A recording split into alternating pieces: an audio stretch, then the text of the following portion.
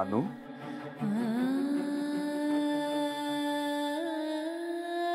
बानू,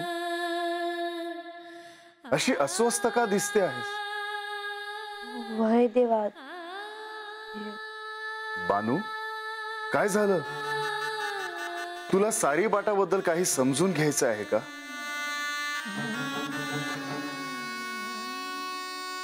नाही देवा, म्हणजे तुम्ही माझ्यासाठी भुयारी वाट करणार आहे, मला हात येऊन सारी पाठ शिकवणार आहे,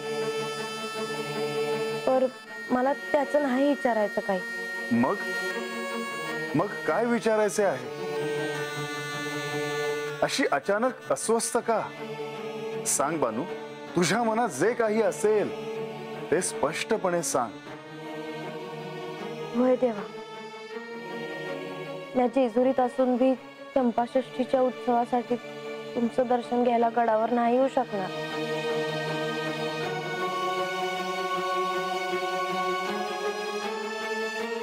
कारण बी तुम्हाच नीट हवं आहे.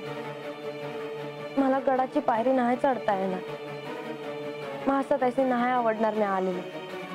बानू, तुला गडावर येता यावं म्हणून मी म्हाळसेला सांगेन, पण जर तू आली नाहीस तर अजामेळ, रंगा, गावकरी कोणालाही गडावर नाही येता येणार.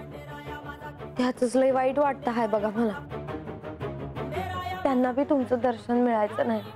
मग तुझा निर्णय मागे घे.